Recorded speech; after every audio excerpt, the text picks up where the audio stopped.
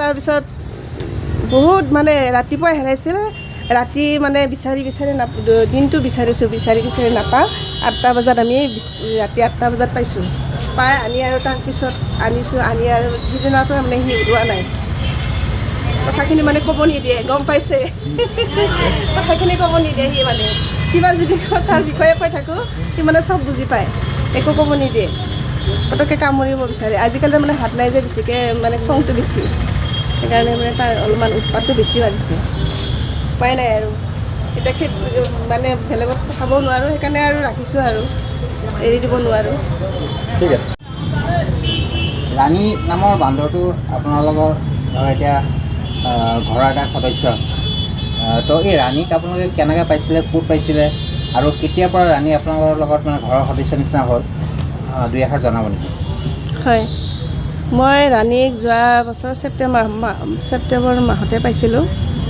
মানে ৰাণী নিজে আহি আছিল আহি মানে আমাৰ ফিল্টাৰ এটা আছে তাৰ ওপৰত বহি আছিল তাৰপিছতে মই আৰু দোকানত বহি আছিলোঁ দোকানৰ পৰা গৈ মই দেখিছোঁ ফিল্টাৰৰ ওপৰত বহি আছে সৰু পোৱালি তেনে সৰু আছিলে তেতিয়া দেখা পাই আৰু মই তেতিয়া তাক ধৰিলোঁ ধৰি চালোঁ যে ভৰি এখন ভগা আছিলে সি ইমান যাব পৰা নাছিল সেইকাৰণে মানে ধৰি ৰাখি মই অলপ মানে চাফা কৰি মলম লগাই দিলোঁ দিয়াৰ পিছত আৰু কেইদিনমান মই তাক ধৰি ৰাখিলোঁ ভৰিখন ভাল হওক বুলি তাৰপিছত আৰু সেনেকৈ ৰখাৰ পিছত আৰু মই বোলো নিজে আহিছে যিহেতু এৰি দিছোঁ এৰি দিয়াৰ পিছত যাওক বুলি এৰি দিছিলোঁ কিন্তু ৰাণী নগ'ল নাযায় তেনেকৈ আমাৰ ঘৰৰ সদস্য হৈ থাকিব ল'লে আৰু তাৰপিছত আৰু কেইমাহমান যোৱাৰ পিছত ৰাতিপুৱাই মানে খুব ৰাতিপুৱাই সি মানে বাহিৰত গ'ল বাহিৰত যায় কাৰেণ্টত শ্বৰ্ট লাগি 3 দিনমানৰ পিছত হাত দুখন তাইৰ মানে পচি মানে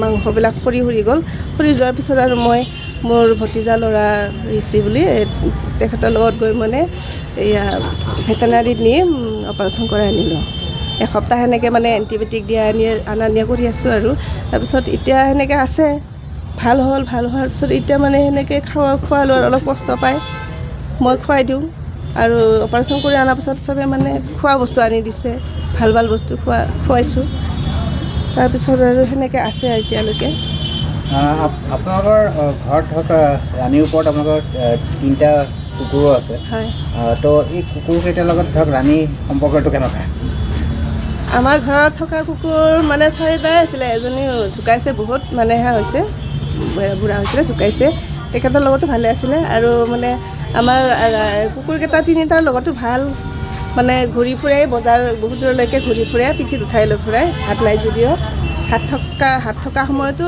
মানে বহুত দূৰ ঘূৰাই লৈ ফুৰাইছে এলবাৰ্টে আৰু আমাৰ এই নেনো সিও মানে ঘূৰাই লৈ ফুৰাই মৰম কৰে 3টাও মানে সেনেকৈ একো কিবা নকৰে ধুনীয়াকৈ ৰাখে খেলি ভিডিঅ' দেখা পাইছোঁ দাদাৰ লগত মানে ৰাতি শুই থাকে বা দাদাৰ লগত খেলি থাকে বা আপোনালোকৰ দোকানতো আহি পেলাই ৰাণী ধৰক মানে দাদাৰ লগত খেলি থকা দেখা পাইছোঁ তো কি ক'ব এই সময়ত মানে গধূলি হ'লে তাই মানে শুব মানে সোনকালে শুব লাগে তাৰপিছত আৰু মানে আমাৰ তেখেতে দোকান বন্ধ কৰালৈকে ৰখি থাকে যেতিয়ালৈকে দোকান বন্ধ নকৰে সি আহি তেখেতক মানে দিগদাৰ কৰি থাকে মানে চোলাত কামুৰি ওলমি থাকে মানে যাব লাগে ঘৰত সোনকালে যাব লাগে শুব লাগে ৰখি থাকে আৰু যেতিয়া নেকি তেখেতে শুব তেতিয়া সি ৰাণীও মানে বিচনাত উঠি ধুনীয়াকৈ শুই থাকে আৰু কাপোৰ দি আৰু এইখিনিতে এটা কথা আপোনাক সুধিব বিচাৰিছোঁ মানে আপুনি ৰাইজৰ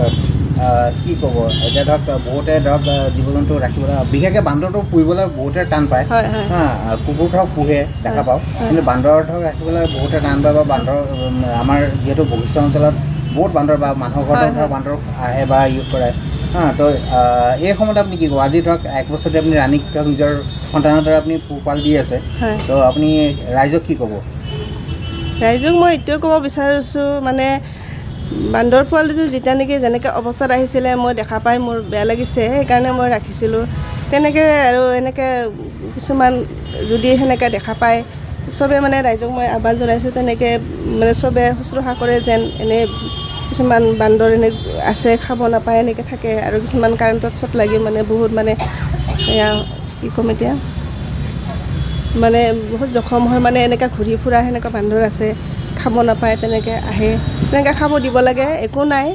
অলপ উৎপতীয়া কৰে, উৎপাত কৰে আৰু সেইটো আৰু একো নাই।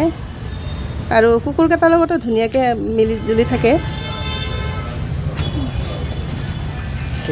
তোমালোকৰ পৰিয়ালৰ সদস্য হয় বা এতিয়া ক'ব গ'লে তোমাৰ ভণ্টিৰ দৰে হয় যিহেতু সদস্য আৰু হয় তো ৰাণীৰ বিষয়ে দুই এষাৰ কি ক'বা? কম মানে এতিয়া এইটো বহুত উৎপতীয়া হয়, মৰম লগা হয়। এতিয়া ৰাতিপুৱা আহি মই যেতিয়া শুই থাকোঁ আহি কেনে মোক জগাই থাকে। তাৰপিছত এনেকুৱা যেতিয়া ভাত চাত খাব লওঁ এনেকুৱা কাঁহীত কেনে, তাৰপিছত আহি কেনে ধুনীয়াকৈ ছাইডত বহে, মই ভাত অলপ দিওঁ, খাই একেলগে। সেনেকুৱা আৰু বহুত মৰম লগা বস্তু।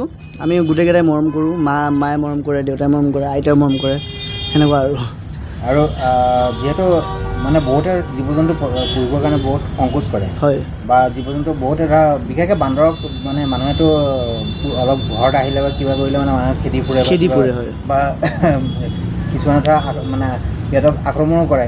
অঁ তো এইবোৰ সময়তে কি ক'বা ধৰা? একচুৱেলি মানে কি, যেতিয়া আহে বস্তুটো কিবা এটা যি হওক, ঘৰত যি বস্তু আছে, কল আছে, আপেল আছে, খুৱাই কেনে পঠাই দিব লাগে। এইবিলাক আক্ৰমণ কৰিব নালাগে একচুৱেলি। সিহঁতেও এটা জীৱ হয়, ক'ব নোৱাৰে যিহেতু, সেই হিচাপে কিবা এটা খুৱাই কেনে পঠাই দিব লাগে। এনেকুৱা আক্ৰমণ কৰিলে তেওঁলোকতো অভিয়াছলি লাইক এনিমেলছ হয়, সিহঁতৰো খং উঠিবই। খং উঠিলে সিহঁতে এটেক কৰিবই। তো সেইটো কৰিব নালাগে, এটেক কৰিব নালাগে, সিহঁতে ক'ব নোৱাৰে ন। তো এটেক কৰিব নালাগে, কিবা এটা খুৱাই কেনে পঠাই দিব লাগে। সিহঁতেও তেতিয়া আশীৰ্বাদ কৰিব বস্তুটো। আৰু এতিয়া বৰ্তমান ধৰা কংক্ৰিটৰ এই মহানগৰী দিনক দিনে ধৰা গছ গছনি মানে কাটি পেলাই তহলং হৈ আছে। তেওঁলোকৰ কাৰণে ধৰা আশ্ৰয়স্থল এটা লাগে। তো এতিয়া তেওঁলোকৰ আশ্ৰয়স্থল নোহোৱা হৈছে। তেওঁলোকৰ ধৰা ক'ব গ'লে আমি গছ বন চব কাটি পেলাই, হাবি জংঘল কাটি পেলাই আমি এতিয়া কংক্ৰিটৰ দুনিয়াত আমি বিল্ডিং, ওখ বিল্ডিং আমি সাজি আছোঁ। তো এই ক্ষেত্ৰত তুমি কি ক'বা? ধৰা এই পৰিৱেশৰ যিটো ধৰা এটা বিনিষ্ট এটা হৈ আছে, তাৰ সম্বন্ধে কি ক'বা? এতিয়া চাওক, যাৰ মানে গুৱাহাটীত মাটি আছে তেওঁলোকে কিছুমানে ফ্লেটত দি দিছে বস্তুবোৰ। গছ গছনিটো যিমান পাৰে কাটিব নালাগে, কাৰণ গছ গছনি কাটিলে চৰাই চিৰিকটিৰ প্ৰব্লেম হয় বহুত। ক'ত বহিব?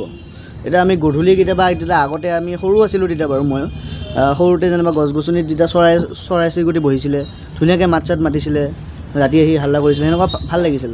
এতিয়া সেনেকুৱা একো নাই, কাৰণ গোটেই গছ গছনি নায়ে, গোটেই চিটিত নায়ে। এতিয়া দীঘলী পুখুৰীৰ কিছুমান গছ কাটিম বুলি কৈছে, সেইটো কাটিব নালাগে বাৰু। জুবিন দাও যেতিয়া আছিলে তেতিয়া মাত দিছিলে জুবিন দাই, এতিয়া নাই বাৰু।